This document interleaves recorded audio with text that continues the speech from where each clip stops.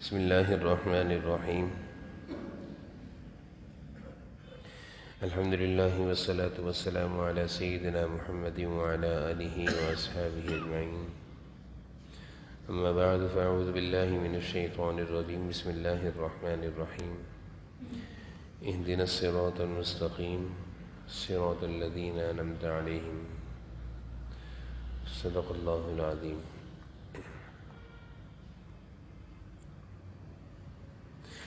اللہ تعالیٰ نے ایمان والوں کو جو سب سے قیمتی دولت عطا فرمائی ہے وہ ایمان کی دولت ہے۔ ایمان کا چراغ ہے، ایمان کی روشنی ہے، ایمان کی حلاوت اور لذت ہے۔ اسی ایمان کی بدولت عبادت ہے، اسلام کے احکامات ہیں۔ تو مسلمانوں کے لیے سب سے عظیم دولت اور سب سے قیمتی سرمایہ وہ ایمان ہے، اور جس مسلمان کے دل میں اس ایمان کی قدر و عظمت ہو، اس کی اہمیت کو جانتا ہو، تو وہ اس ایمان کو بچاتا ہے۔ ایمان کو جن چیزوں سے نقصان پہنچتا ہے، ایمان کی حلاوت، عبادت کی لذت جن چیزوں سے چھن جاتی ہے، یعنی بہت ساری چیزیں ایسی ہیں جن کی وجہ سے ہم ایمان کی حلاوت لذت سے محروم ہو جاتے ہیں، اور بعض دفعہ شکوک و شبہات دل میں آ جاتے ہیں۔ ایک مسلمان ہے، نماز پڑھتا ہے، جدی پشتی مسلمان ہے، لیکن دل میں ایسے وسوسے آ گئے، ایمان سے متعلق، اسلام سے متعلق اعتراضات دل میں آ گئے، جس کی وجہ سے وہ ایمان کی لذت اور ایمان پر یقین سے محروم ہو جاتا ہے، جو بڑی خطرے کی چیز ہے۔ تو مسلمانوں کے لیے تو سب سے قیمتی سرمایہ ایمان ہے۔ ایمان بھی ہو، ایمان کی حلاوت بھی ہو۔ ایمان کی حلاوت کہتے ہیں کہ عبادتوں میں لذت نصیب ہو، شوق سے عبادت کرنے کو جی چاہے، اللہ کی یاد میں رونے کو مزہ آئے، جنت کا شوق ہو، اللہ کے پاس جانے کا، اللہ کی ملاقات کا شوق ہو، اسلام کے جتنے احکامات ہیں ان پر چلنے کا شوق ہو۔ رمضان کے روزے آ جائے تو دل چاہے روزے رکھیں گے، زکوٰۃ اگر اللہ کی طرف سے فرض ہو گئی ہے استطاعت کی وجہ سے تو دل چاہے میں زکوٰۃ دوں۔ تو اسلام کے جتنے احکامات ہیں ان احکامات پر خوشی سے عمل کرنے کو دل چاہے، اس کو کہتے ہیں ایمان کی حلاوت۔ لیکن بعض چیزیں ایسی ہیں جن کو حکیم الامت حضرت تھانوی رحمۃ اللہ علیہ بیان فرما رہے ہیں کہ جن کی وجہ سے انسان ایمان کی حلاوت و لذت سے، ایمان کی روشنی سے محروم ہو سکتا ہے، ایمان خطرے میں پڑ سکتا ہے۔ ان چیزوں کی حضرت نے آج کی اس وعظ میں، بلکہ آج کا جو درس ہے حیات المسلمین، اس میں حضرت نے نشاندہی فرمائی ہے۔ بڑی ضروری چیزیں ہیں، بڑی اہم چیزیں ہیں، یعنی وہ چیزیں جس سے ہمارے ایمان کو خطرہ ہے، اور ہم ایمان کا جو چراغ ہے، روشن چراغ، اس کے بجھنے کا اندیشہ ہے، ان چیزوں سے ایمان کو بچانا بہت ضروری ہے۔ یعنی آج کا جو حضرت کا حیات المسلمین کا جو درس ہے یہ بڑا اہم ہے۔ جس طرح جس کو اپنی صحت کی فکر ہو کہ میری صحت اچھی رہے، تو مضر اشیاء چاہے وہ کھانے پینے سے متعلق ہوں جن سے صحت کو نقصان پہنچتا ہو، جسمانی صحت کو بیماری لگنے کا اندیشہ ہو، تو انسان بچتا ہے۔ یہ ایک فطری چیز ہے۔ یعنی اگر ڈاکٹر یہ ہدایت دے دیں کہ اب آپ بالکل آخری باٹم لائن پر آ گئے، اب شوگر ہونے والی ہے آپ کو، بس آخری ہے، شوگر لگنے والی ہے، تو کتنا انسان احتیاط کرتا ہے کہ میری جسمانی بیماری سے محفوظ رہوں۔ اسی طرح کی ساری بیماری ہے۔ تو جس طرح ہم اپنی صحت کی حفاظت کرتے ہیں مضر اشیاء سے جن سے صحت کو نقصان پہنچ سکتا ہے، نقصان پہنچانے والی چیزیں، اسی طرح ایمان یہ ہمارے لیے بہترین سرمایہ ہے۔ ہم مسلمان ہوں، جدی پشتی مسلمان ہوں، اور ہمارے دل میں کوئی ایمان کے بارے میں اعتراض آ جائے کہ بھئی اسلام کا حکم ایسا کیوں ہے، آ جاتا ہے، بڑی خطرے کی بات ہے۔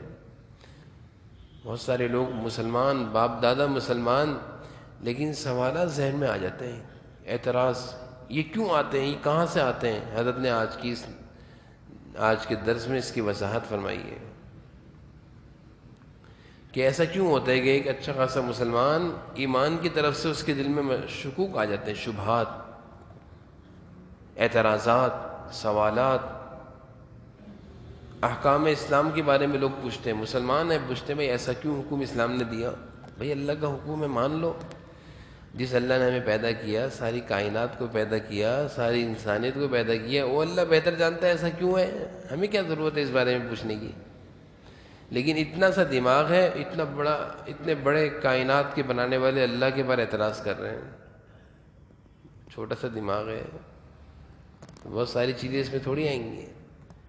بہت ساری چیزیں تو ایسی ہوتی ہیں جن کو تسلیم کرنا ہوتا ہے کہ جیسے آپ نے اللہ کا حکم ہے، اللہ کے رسول صلی اللہ علیہ وسلم کا حکم ہے، طریقہ ہے، بس قبول ہے، یہ کامل ایمان کی علامت ہے۔ اور جو یہ کہے ایسا کیوں ہے، یہ اعتراض ذہن میں آ جائے تو یہ خطرے کی چیز ہے۔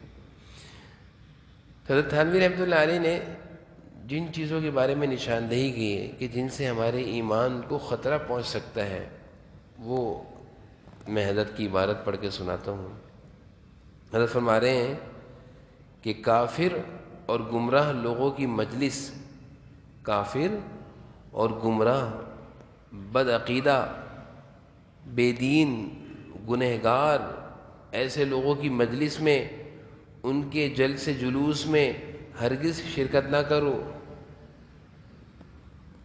جو آدمی کافر ہو یا گمراہ ہو، یا اس کا عقیدہ درست نہ ہو، یا وہ کسی گناہ کا عادی ہو، اب اگر ہم اس کے ساتھ دوستی لگائیں گے، اس کے ساتھ بیٹھیں گے، اس کے ساتھ کھائیں گے، نقصان ہو سکتا ہے۔ کافر ہوگا، کفریہ باتیں کر دے گا کہ تمہارے اسلام میں تو ایسا ہے، ہم خاموش ہو گئے، ہمارے ذہن میں اسلام کی کمی آ گئی، اسلام کی عظمت میں کمی آ گئی۔ حضرت فرما رہے ہیں کافر اور گمراہ لوگ، گنہگار لوگوں کی مجلس میں، ان کے جلسے جلوس میں شرکت مت کرو، کیونکہ ان کی مجلس، ان کی بیٹھک، ان کی صحبت، ان کی گیدرنگ میں شرکت کرنے کے بہت نقصانات ہیں۔ پہلی بات، حضرت فرما رہے ہیں پہلی بات تو کفر اور گمراہی کی باتیں کان میں جب پڑیں گی، دل میں ظلمت آئے گی، ایمان کا نور چلا جائے گا۔ حضرت فرما رہے ہیں پہلی بات کہ جب ان کی مجلس میں، ان کی صحبت میں، ان کے پاس جا کر بیٹھے گا، کسی کافر سے دوستی ہو گئی، کسی کافر سے دوستی ہو گئی، کسی بدعقیدہ بدعتی سے، جس کے عقیدے درست نہیں ہے، نام کا مسلمان ہے لیکن عقائد اس کے خراب ہیں، دوستی ہو گئی۔ اب اس کے بعد جا کر بیٹھ رہے ہیں، وہ ایمان کے بارے میں مختلف باتیں کر رہا ہے، وہ عقیدے کی خرابی کی باتیں کر رہا ہے، یہ اس کے ساتھ بیٹھا ہوا ہے، اس کی باتیں اس کے کانوں میں پڑیں گی۔ حضرت فرما رہے ہیں دل میں ظلمت اور اندھیرا آئے گا، ایمان کی روشنی چلی جائے گی۔ یہ حضرت کا وعظ ہے۔ تو آج کے وعظ میں حضرت نے 3 لوگوں کی نشاندہی فرمائی ہے، 3 لوگوں کی صحبت سے بچنا ہے، 3 طرح کے لوگوں سے۔ ایک کافر، دیکھیں معاملات کرنے سے منع نہیں ہے، خرید و فروخت کرنے سے منع نہیں ہے، کافروں کے ساتھ خرید و فروخت کی حد تک تو تعلق رکھ سکتے ہیں، اس کا انکار نہیں ہے، لیکن خرید و فروخت سے تعلق آگے بڑھ جائے کہ وہ ہمارے گھر آ رہے ہیں، ہم ان کے گھر جا رہے ہیں، ان کے بچے ہمارے بچوں کے ساتھ کھیل رہے ہیں، ان کی خواتین ہماری خواتین کے ساتھ بیٹھ رہی ہیں، اٹھ رہی ہیں، یہ خطرہ ہے، یہ بہت خطرے کی چیز ہے، اس سے ایمان کے نقصان کا اندیشہ ہے۔ تو پہلی جماعت جس سے ہم نے اپنے آپ کو، اپنے بچوں کو، اپنی اولادوں کو بچانا ہے، وہ ہے کافروں کی صحبت۔ کتنے ایسے واقعات سننے میں آتے ہیں کہ بہت سارے لوگ جو پکے اور سچے مسلمان تھے، روزی روزگار کی تلاش میں وہ دوسرے ملک چلے گئے، امریکہ چلے گئے، کینیڈا چلے گئے، برطانیہ چلے گئے۔ آج ان لوگوں کی حالت یہ ہے کہ آنسو سے روتے ہیں کہ ہماری اولادیں ہماری نہیں رہیں۔ بیٹے نے کسی گوری کے ساتھ شادی کر لی، بیٹی نے کسی گورے کے ساتھ شادی کر لی، یہ سلسلے سننے میں آ رہے ہیں کہ ہماری نسلوں سے ایمان چلا گیا۔ وہ کہتے ہیں کہ ہم جدی پشتی مسلمان ہیں، دادا پردادا، ہم روزی روزگار کی تلاش میں آئے تھے یہاں پہ، ہمارے بچوں کو ہم نے تعلیم دلانے کے لیے بھیجا، بچے اب بڑے ہو گئے، جب تک چھوٹے تھے تو ہماری قابو میں تھے، جب بڑے ہوئے تو کیونکہ اسکول اور کالج اور یونیورسٹی وہاں سارے پڑھنے والے انگریز کافر۔ تو آج بہت سارے ایسے واقعات ہیں، یہ کوئی یعنی افسانے نہیں ہیں، سچے واقعات ہیں کہ وہ لوگ آج خون کے آنسو رو رہے ہیں۔ بلکہ ابھی ایک صاحب کے بارے میں تو معلوم چلا کہ انہوں نے اچھا خاصا کئی سال کئی برس وہاں لگا دیے امریکہ میں، اور ایک دم سے وہاں سے کہا کہ بھائی نکلو، یہاں سے نکلو، میں سب چھوڑ چھاڑ کے آ گئے، اور روتے ہوئے آئے کہ میری اولادیں، میری نسلیں بگڑ گئیں، میرے بچہ اس کے ساتھ ہو گئے، میری بچی اس کے ساتھ ہو گئی، اور میری نسلوں میں اب کافر پیدا ہوں گے۔ استغفر اللہ۔ یعنی جس چیز کو ہم معمولی سمجھتے ہیں نا، ہم کہتے ہیں کافروں سے دوستی کیوں منع ہے بھائی؟ تو بھائی کافروں سے دوستی اللہ نے منع کی ہے قرآن میں، اللہ فرما رہا ہے لا تتخذوا اليہود والنصارى اولیاء، لا تتخذوا اليہود والنصارى اولیاء، اللہ فرما رہے ہیں ان یہودیوں کو، عیسائیوں کو، کافروں کو دوست مت بناؤ۔ ایک جگہ اللہ نے فرمایا وَلَن تَرْضَىٰ عَنْكَ الْيَهُودُ وَلَا النَّصَارَىٰ حَتَّىٰ تَتَّبِعَ مِلَّتَهُمْ، یہ یہود و نصارہ، عیسائی، کافر، یہ اس وقت تک تم سے خوش نہیں ہوں گے جب تک کہ تمہیں بھی کافر بنا دیں۔ آج یہی ہو رہا ہے، مسلمانوں کی نسلوں کے ایمان خطرے میں پڑ گئے۔ بڑی محنت سے، بڑی کوششوں سے والدین کو دیکھا اپنے بچوں کو دوسرے ملک بھیجتے ہیں تعلیم حاصل کرنے کے لیے، بچہ پڑھنے گیا ہے، بچپن سے بچے کو ایمان کے بارے میں کچھ بتایا ہی نہیں تھا کہ ایمان کیا ہے، ایمان کی عظمت اور حقیقت اللہ اور اس کے رسول کے بارے میں بتایا نہیں۔ بچپن سے اس کو اسکول پڑھاتے رہے، بڑا ہو گیا تو اس کو باہر بھیج دیا۔ اب اس نے باہر جا کر جب اس کی دوستیاں ہوئیں، وہ ایمان کے بارے میں مشکوک شک میں پڑ گیا۔ وہاں سے آنے کے بعد نوجوان پوچھتے ہیں کہ قبر کا عذاب کیا ہے، کس نے دیکھا ہے؟ توبہ۔ کہتے ہیں کہ فرشتے کیا ہیں، کس نے دیکھے؟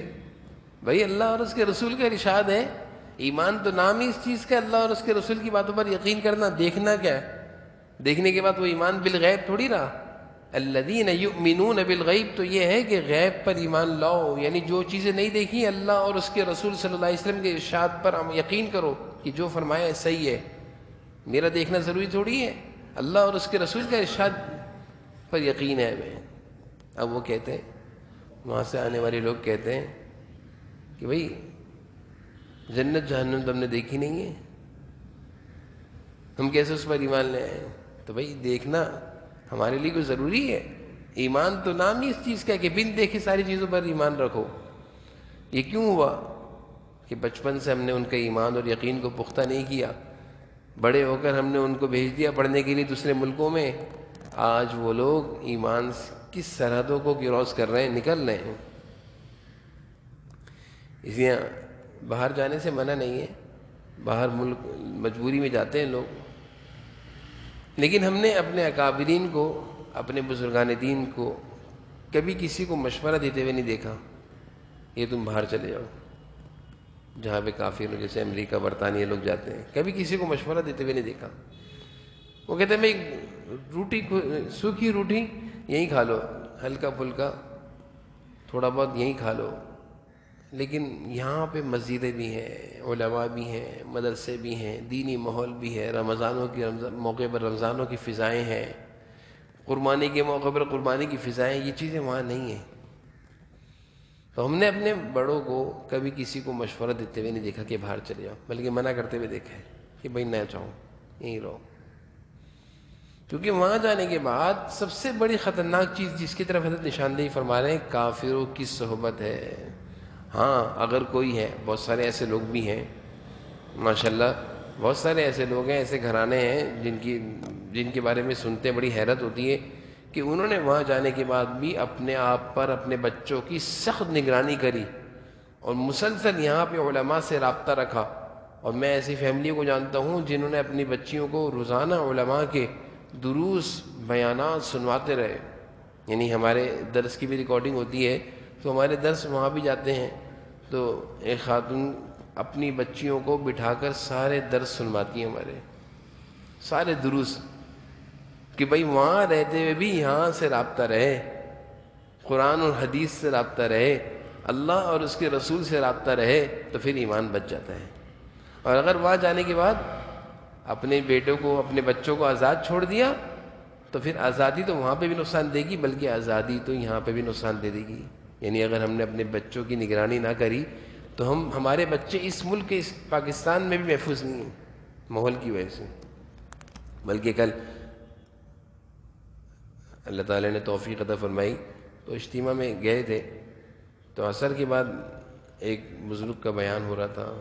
وہ بار بار روتے ہوئے اپنے بیان میں یہ ارشاد فرما رہے تھے، بڑا قیمتی بیان تھا کل عصر کے بعد کا. روتے ہوئے یہ بیان فرما رہے تھے کہ بھائی اپنے بچوں کو برے ماحول سے بچاؤ، بھائی مسلمانوں اپنے بچوں کو برے ماحول سے بچاؤ، ایسا نہ ہو ان کا ایمان چلا جائے. روتے ہوئے فرما رہے تھے. تو وہ کن کو کہہ رہے تھے؟ وہ امریکہ میں تھوڑی کہہ رہے تھے، وہ پاکستان کے مسلمانوں کو کہہ رہے تھے، کراچی کے مسلمانوں سے کہہ رہے تھے. کراچی کے اجتماع میں یہ باتیں کی جا رہی تھی، کیونکہ یہ بڑے حضرات ہیں، ان کے سامنے ایسے واقعات آ رہے ہیں کہ مسلمانوں کی اولادوں کے ایمان محفوظ نہیں رہے، خطرے میں پڑ گئے، نسلیں ایمان سے دور ہو رہی ہیں. والدین کو بس ایک فکر لگی، اچھی تعلیم، اچھا کام، اچھا کاروبار. اس کی فکر نہیں کہ یار یہ ہمارے مرنے کے بعد مسلمان بھی رہیں گے نہیں رہیں گے.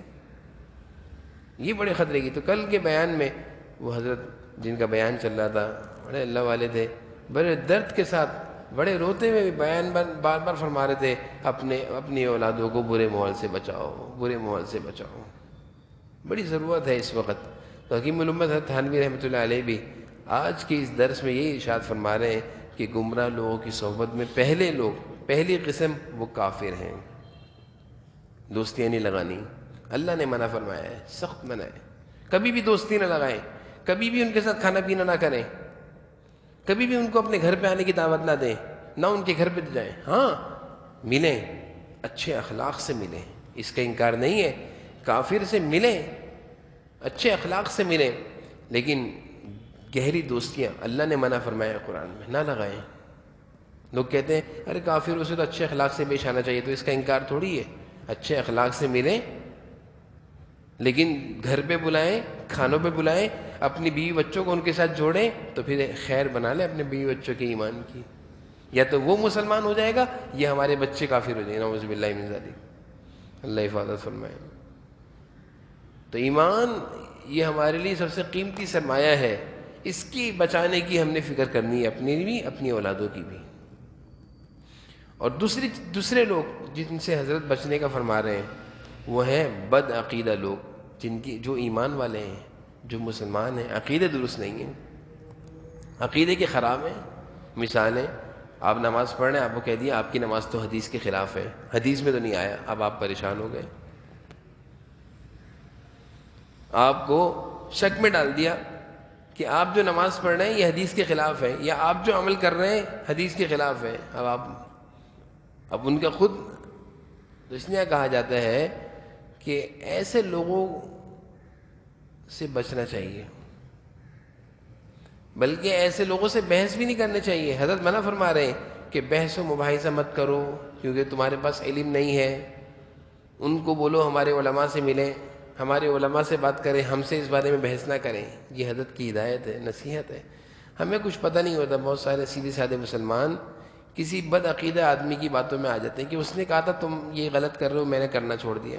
جیسے میں نے پہلے بھی ایک دفعہ میں یہاں بیٹھا ہوا تھا تو ایک نوجوان مسجد میں آتا بیچارہ، اس کی نوکری نہیں ہے تو وہ تسبیح پڑھتا رہتا ہے. مجھ سے پوچھتے امام صاحب نوکری کے لیے کیا پڑھوں؟ میں نے کہا یہ پڑھ لو. وہ پڑھتا رہتا ہے بیچارہ. تو میں یہاں بیٹھا ہوا تھا، عصر کے بعد میں اپنا ذکر کر رہا تھا، وہ بیٹھا ہوا اپنی تسبیحات کر رہا تھا.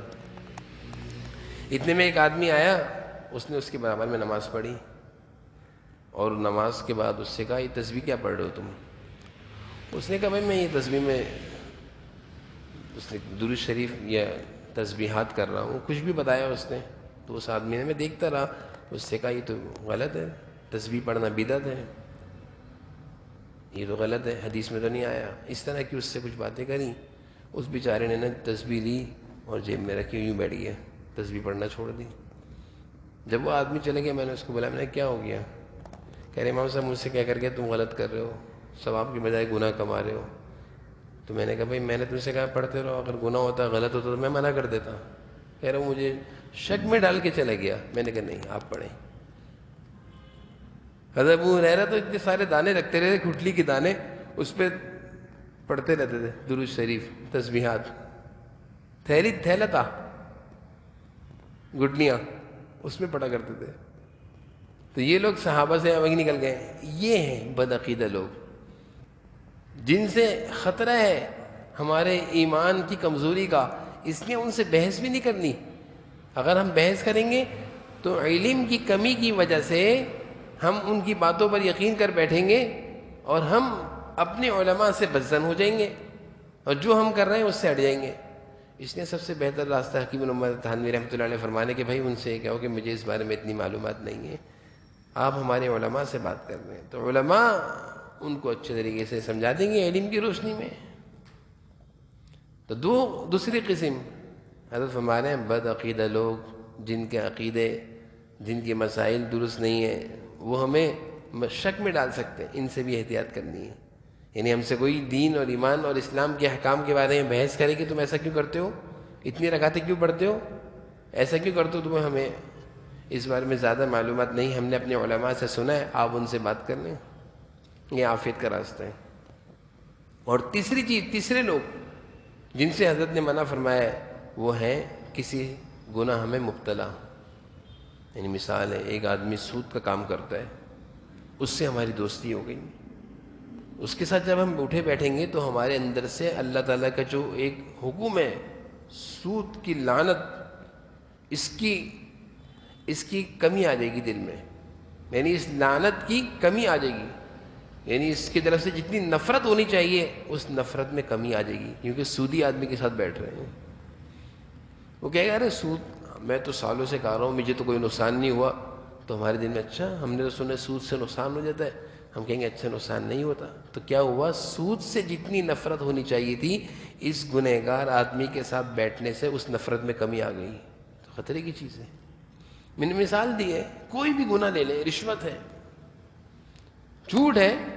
ایک آدمی جھوٹ بولتا ہے اور جھوٹ بول کر جھوٹی قسمیں کھا کر سودے بیچتے ہیں. ہم اس کے ساتھ بیٹھیں گے نا تھوڑے عرصے میں ہم بھی جھوٹی قسمیں کھائیں گے. حدیث میں آتا ہے قسموں سے سودے کی برکت نکل جاتی ہے. کیا ہوا کہ ہم نے ایک گنہگار آدمی کی صحبت اختیار کری، اس کے ساتھ بیٹھے بیٹھے وہ قسمیں کھاتا تھا، ہم نے بھی قسمیں کھانا شروع کر دی. تو حضرت فرما رہے ہیں حکیم محمد تھانوی رحمۃ اللہ علیہ کہ گنہگار آدمی کی صحبت سے بھی بچو، اچھے اخلاق سے پیش آؤ، ملو، سلام کرو، لیکن گہری دوستی مت گاڑو. کیونکہ اس گہری دوستی سے کیا ہوگا کہ وہ مسلسل اپنے گناہ کا تذکرہ کرے گا، یا اس کا گناہ تمہارے سامنے آئے گا، تمہارے دل سے اس گناہ کی نفرت نکل جائے گی. گناہ سے نفرت ضروری ہے. گنہگار سے نفرت نہیں کرنی، کسی مسلمان سے نفرت نہیں کرنی کہ فلاں گنہگار ہے، نہیں، جس گناہ میں وہ مبتلا ہے اس گناہ سے ڈرنا ہے کہ کہیں ہمارے دل میں، ہمارے اندر وہ گناہ نہ آ جائے. تو 3 طرح کے لوگوں سے حضرت نے آج کے اس مجلس میں، اس درس میں بچنے کی تاکید فرمائی ہے. میں نے جیسے عرض کیا، پہلی قسم کافروں کی صحبت جس اللہ تعالی نے منع فرمایا ہے. دوسری قسم بد عقیدہ جن کے عقائد، جن کے مسائل درست نہیں، لوگوں کو ہیں مسلمان لیکن عقائد کی درستگی کی نہ ہونے کی وجہ سے لوگوں کو شک میں ڈال دیتے ہیں. کمزور مسلمان ان کی باتوں میں آ کر جو کر رہا ہے وہ چھوڑ دیتے ہیں.